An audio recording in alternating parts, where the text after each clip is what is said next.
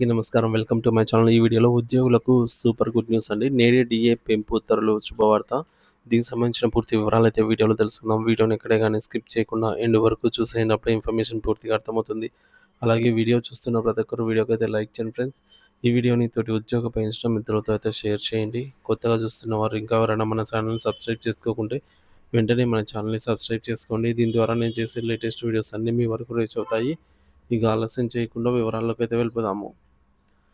Friends ఇక విషయానికొచ్చినట్లయితే ఉద్యోగులకు శుభవార్త.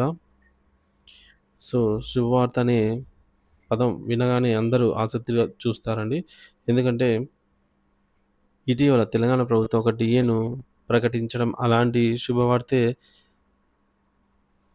అయితే ఈ తార్కిలిక ఉపశమనాల వెనుక ఉన్నటువంటి రాష్ట్ర ప్రభుత్వ ఉద్యోగుల భవిష్యత్తుకు సంబంధించిన ఒక పెను ప్రమాదం పొంచి ఉందన్న విశ్లేషణ ఆందోళన కలిగిస్తోంది.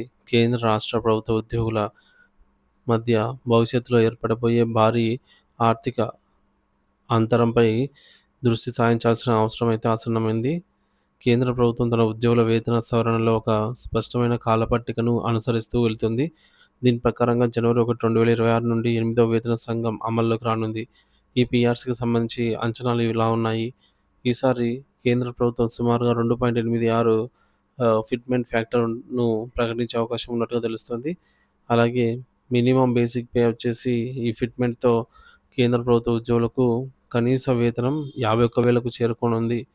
ఉదాహరణకు 25,000 మూల వేతనం ఉన్న ఒక కేంద్ర ఉద్యోగి జీతం 8వ పీఆర్సీ తర్వాత వారి మూల వేతనం సుమారు 71,000, 71,500 నుంచి అట్లా అయ్యే అవకాశం అయితే ఉంది. ఇది వారి మొత్తం జీవితంలో భారీ పెరుగుదలకైతే దారితీస్తుంది. ఇంతే కాకుండా కేంద్ర ఉద్యోగులకు డీఏ బకాయిలు అనే సమస్య ఉండదు. ప్రతి 6 నెలలకు ఓసారి పెరిగిన డీఏలను ప్రభుత్వం సకాలంలో విడుదల చేస్తుంది. ఇది వారి ఆర్థిక స్థిరత్వానికి భరోసా ఇస్తుంది. ఇకపోతే ఇప్పుడు తెలంగాణ రాష్ట్ర ప్రభుత్వ ఉద్యోగుల పరిస్థితి పరిశీలిస్తే చిత్రం పూర్తి భిన్నంగా ఆందోళనకరంగా కనిపిస్తోంది. ప్రస్తుత కనిష్ట మూల వేతనం బేసిక్ పే వచ్చేసి ప్రస్తుతం తెలంగాణలో ఉద్యోగికి కనీస మూల వేతనం కేవలం 19,000 మాత్రమే. పీఆర్సీ అనిశ్చితి. రాష్ట్రంలో పీఆర్సీ ఎప్పుడు వస్తుందో, వచ్చినా ఎంత ఫిట్‌మెంట్ ఇస్తారో అనే దానిపైన తీవ్ర అనిశ్చితి నెలకొని ఉంది. ఇక తక్కువ ఫిట్‌మెంట్ అంచనాలు. ఒకవేళ ప్రభుత్వం పీఆర్సీని ప్రకటించినా కేవలం 5% నుంచి 10% మధ్య నామమాత్రపు ఫిట్‌మెంట్ ఇచ్చే అవకాశాలున్నాయి అనే విశ్లేషకులు భావిస్తున్నారు.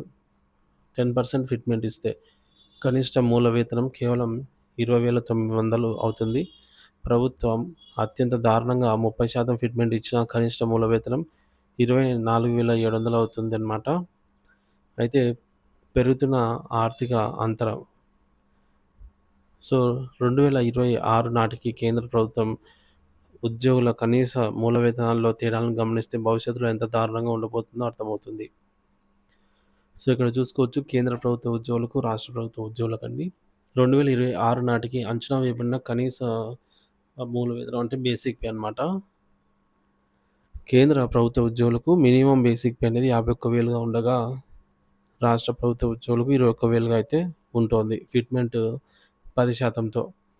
సో, తేడా రూ. 30,000 తేడా అయితే కనిపిస్తుంది. అంటే ఒకే స్థాయి ఉద్యోగంలో ఉన్నా గూడా కేంద్ర, రాష్ట్ర ఉద్యోగుల మధ్య కేవలం బేసిక్ పేలోనే 30,000 తేడా ఉండబోతోంది. ఇది అలవెన్స్‌లు, రిటైర్మెంట్స్ ప్రయోజనాలు, ఇతర ఆర్థిక అంశాలపై తీవ్ర ప్రభావాన్ని చూపుతుంది. డీఏల పోరాటం, అదనపు భారం. పీఆర్సీ సంగతి పక్కన పెడితే రావాల్సిన డీఏల కోసం కూడా రాష్ట్ర ఉద్యోగులు ఏళ్ల తరబడి పోరాడాల్సి వస్తోంది. 5 డీఏలు పెండింగ్‌లో ఉంటే ఎన్నో పోరాటాల తర్వాత ప్రభుత్వం కేవలం ఒక డీఏను మంజూరు చేసింది.